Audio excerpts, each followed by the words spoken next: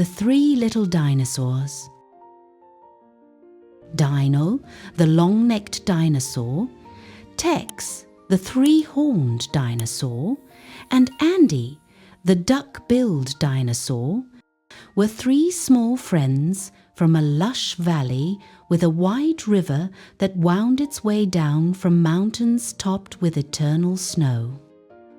They had shared nests along the riverbank since they were very young, and their parents lovingly watched over them in the safe surroundings where they could roam freely and play all day long.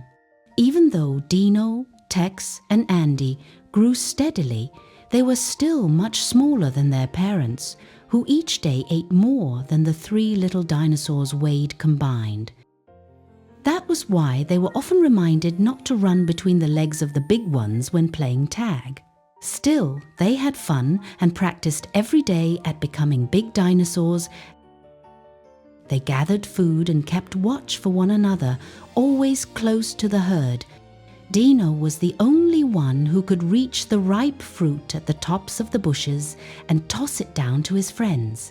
Tex was good at digging large roots out of the ground, and Andy swam and dove for fresh seaweed in the river.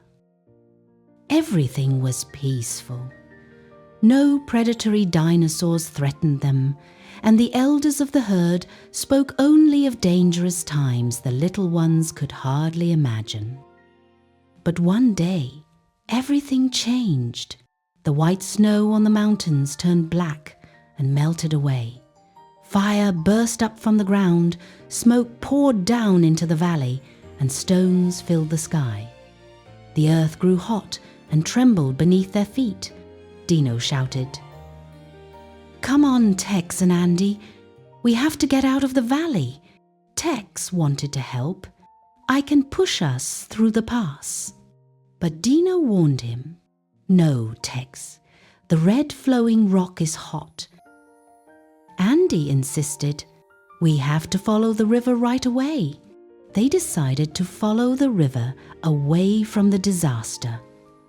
In great haste, they were separated from the herd and ran out beneath the wide open sky. For the first time, they stood on the plain, a place they had only heard about in the elders' stories. Here there were dangers.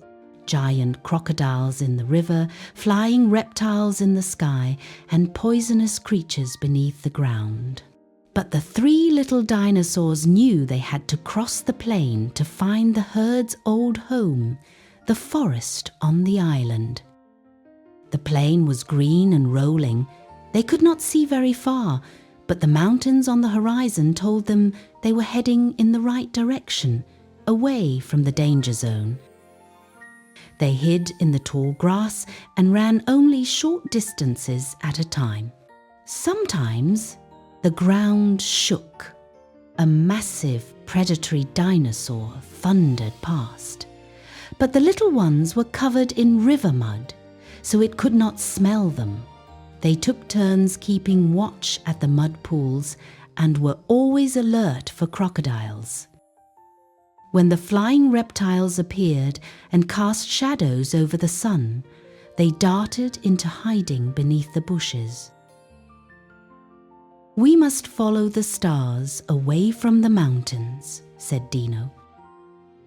"And we have to run from bush to bush during the day so the predators won't see us," Andy added. Tex, who was always brave, volunteered to be the first to step down into the mud pools and dig for roots, but only after they had stomped together to scare the snakes away. After many hardships, they finally reached the shore, and there, like a dream, the entire herd was waiting for them.